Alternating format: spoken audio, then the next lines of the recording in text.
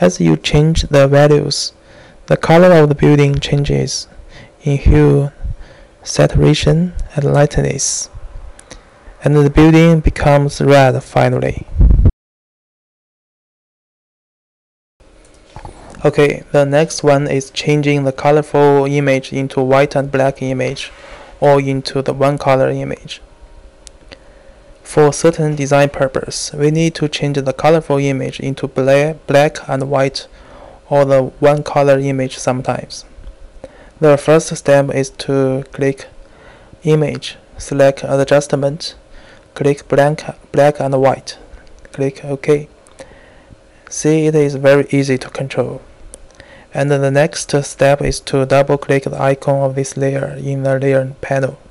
Then we can see a Layer Style window, and select Color Overlay option.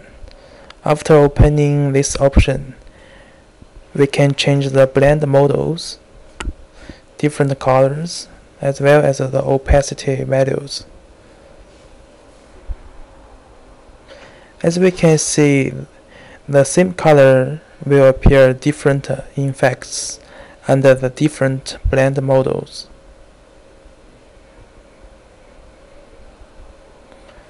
And that's all. Okay, the next one is some other often used adjustments for image color. Color plays a significant role in adjusting an image. So in Photoshop, we can adjust the color in some other ways. For example, brightness and contrast. You can give the value of them according to your design style, and as well as exposure, hue, and saturation and lightness.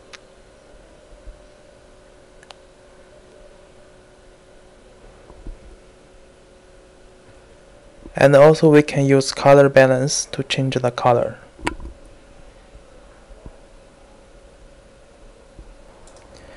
Okay, the next one is art filter.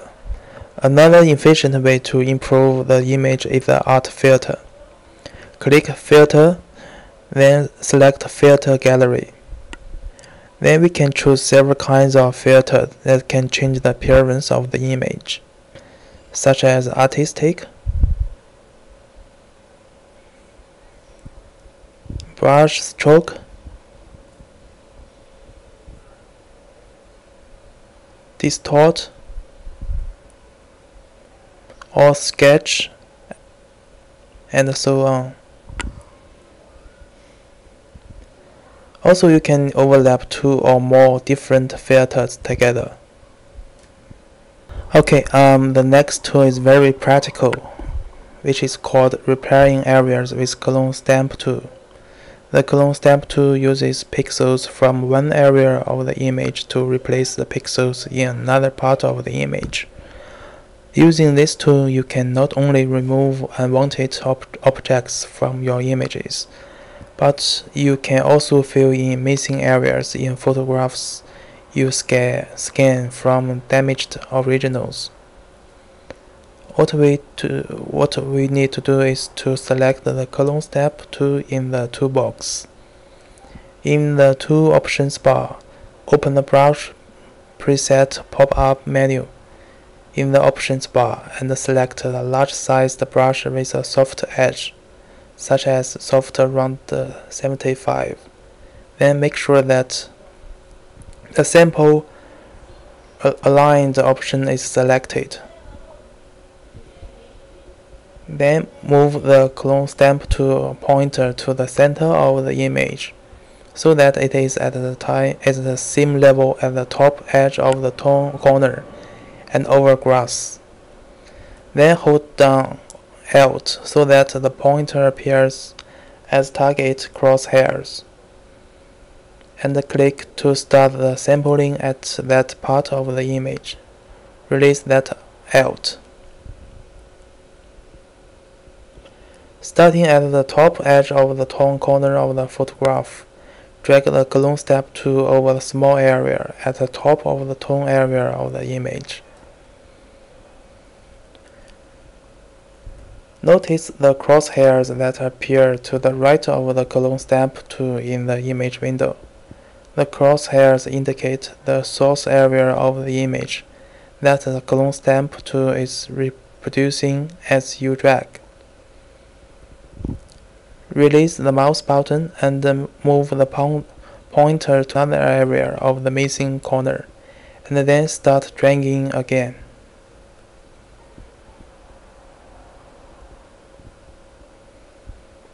Notice that the crosshairs appear not at the original source spot that you selected, but at the same spatial relationship to the clone stamp tool pointer that they had when you made the first stroke. This happens because you selected the sample aligned option, which resets the crosshairs at that position, regardless of the position of the clone stamp tool. Continue clone and the grass until the entire missing corner of the image is filled in. If necessary to help to make the grass appear to blend in naturally with the rest of the image, you can adjust your clone by resetting the sample area and recloning, or you can try deselecting the sample aligned option and cloning again. When you are satisfied with the appearance of the grass, choose File and save your work.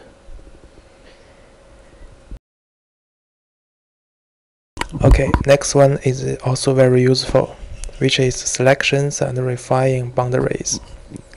As we learned previously, selecting certain areas can be achieved by using Shift Marquee tool or the Magic Wand tool.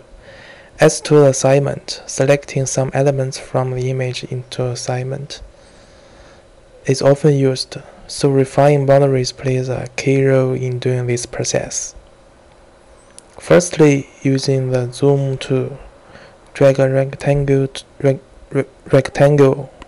to enclose the area of the image. That includes the core that you will spotlight. The image enlarges so that the area you enclosed in your rectangle now fills the entire image window. Select the elliptical marquee tool, which is hidden behind the rectangular marquee tool, using one of the following methods. Move the pointer over the image window so that it appears as crosshair and move it to the upper left side of the cone. Drag the pointer down and to the right to draw an ellipse around the cone, and then release the mouse button. And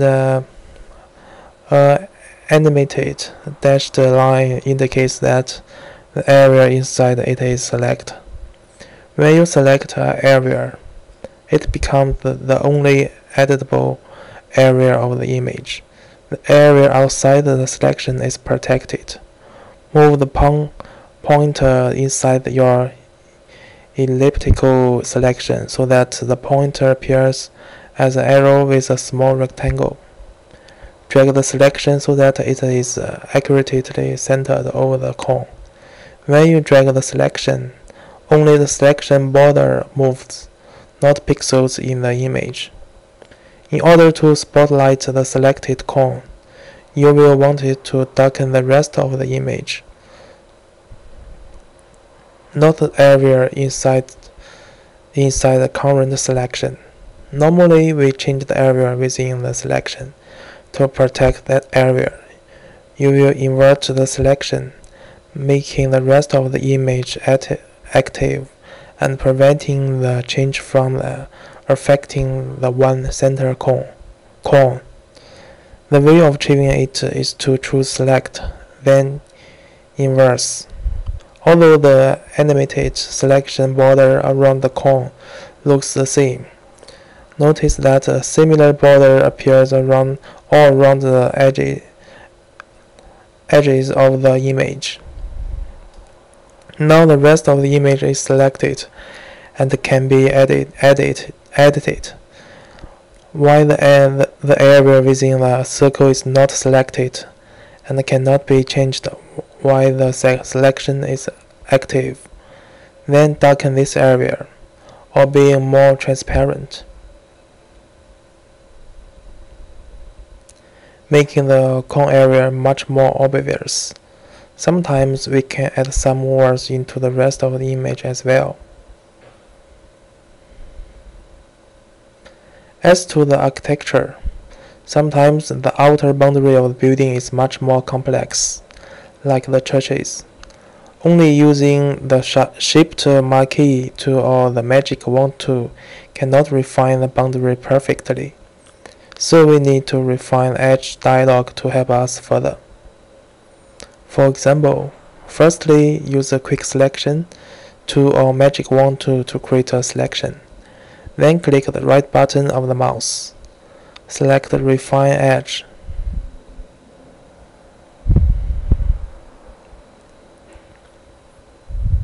Set all the sliders to 0 and uncheck the decontaminated colors.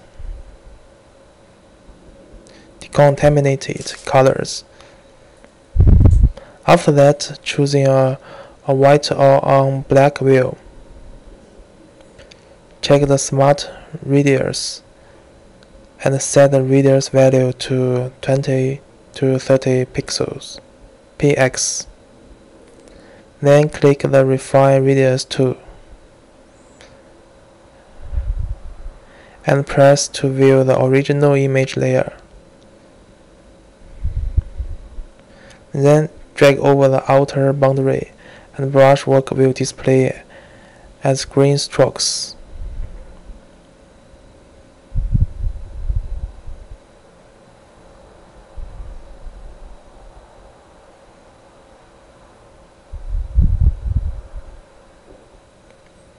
Then press X to return to your view choice. Raise or lower the radius value to better define the boundary.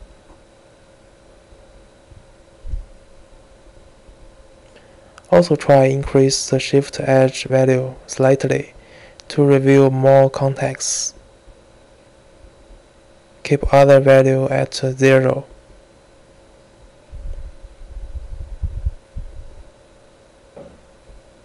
Check decontaminate colors, then raise the amount value until any background colors are removed. Then choose output to new layer. Then we can see only the building is selected with a clear boundary. So next we can use this building to other background or use it as our design element. Okay, above all, we have learned some valuable and efficient methods to do the assignment by Photoshop.